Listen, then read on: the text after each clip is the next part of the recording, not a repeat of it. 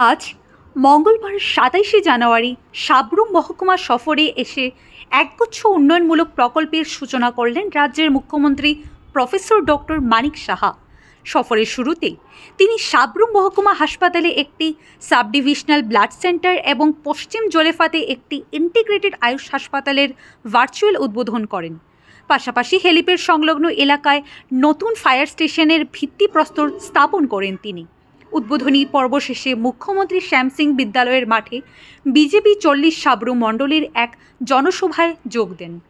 আসন্ন এডিসি নির্বাচনকে পাখির চোখ করে মুখ্যমন্ত্রী হুঙ্কার দেন যে ২০২৬ এর নির্বাচনে জয়লাভ করে বিজেপি এডিসি এলাকায় ট্রিপল ইঞ্জিন সরকার গঠন করবে এবং প্রকৃত উন্নয়ন সুনিশ্চিত করবে।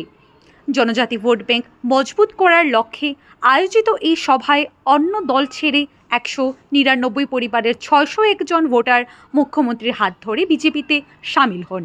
সভায় মুখ্যমন্ত্রীর সাথে উপস্থিত ছিলেন মন্ত্রী শুক্লাচরণ নোয়াতিয়া, বিধায়ক মাইলা ফ্রুমগ, রাজ্য সাধারণ সম্পাদক বিপিন দেববর্মা, প্রাক্তন সাংসদ রেবতী ত্রিপুরা এবং জেলা সভাপতি দীপায়ন চৌধুরী, ৪০ সাবরুম মণ্ডল সভাপতি গৌতম ত্রিপুরা সহ অন্যান্য নেতৃবৃন্দ। এখনো অনেক উস্কানি দিচ্ছে কিভাবে দাঙ্গা এখানে লাগানো যায়, কিভাবে জাতি এবং জনজাতির মধ্যে একটা ডিভাইড অ্যান্ড রোল চালিয়ে কিভাবে রাজ্যকে চালানো যায়, এডিসিকে চালানো যায় বন্ধুগণ।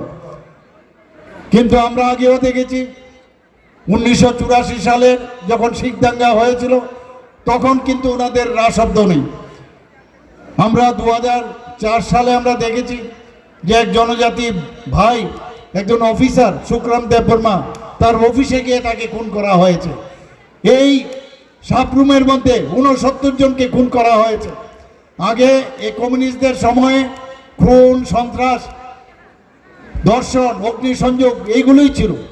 কিন্তু আমাদের সরকার আসার পর একটা জায়গায়ও রাজনৈতিক কোনো সন্ত্রাস হয়নি। আমরা চাই ত্রিপুরাতে প্রপার ওয়েতে মানুষ রাজনীতি করুক এবং সেখানে কোনো অবস্থায় এই ধরনের যে একটা ডেফিনেশন রাজনীতির ছিল তার থেকে আমরা বেরিয়ে আসতে। বন্ধুগণ,